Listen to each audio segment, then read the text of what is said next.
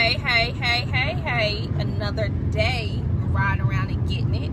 It's your girl Tiffany Graham. And second quarter, guys. It's second quarter, guys. So you know what that means? And what I want you to start your second quarter off with, you need to stop being if people. Alright, if you don't know what an if person is, well, these are the people who always make excuses. You know who is an if person? My son is an if person. I love him to death, and he has a lot of learning to do, and he's only 6 years old.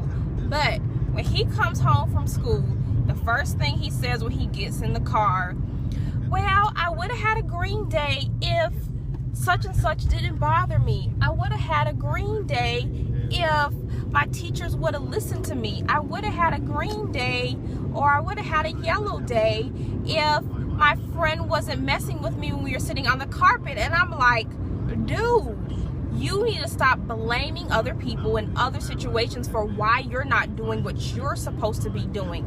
Stop being if people. If I was pretty enough, if I was tall enough, if I had some more money, if I had a better job, if I just had somebody to help me, if I didn't have to raise these kids alone. That is your situation. You made in it. So now you need to figure out, how are you going to fix it? Stop making excuses. There's always going to be some if. With everyone, with everybody. Everybody wants to be better looking. Everybody wants to be richer. Everybody wants to be more successful. And yada, yada, yada, yada, yada. The list goes on and on and on. So the fact of the matter is, if you're going to get your butt up and work your ass off, then that's when stuff is going to happen and it's going to change for you. So it's time to make a decision and decide, what are you going to do? No ifs, no ands, no buts about it. What are you going to do in the second quarter to change your life? Realize we are 3 months into 2014.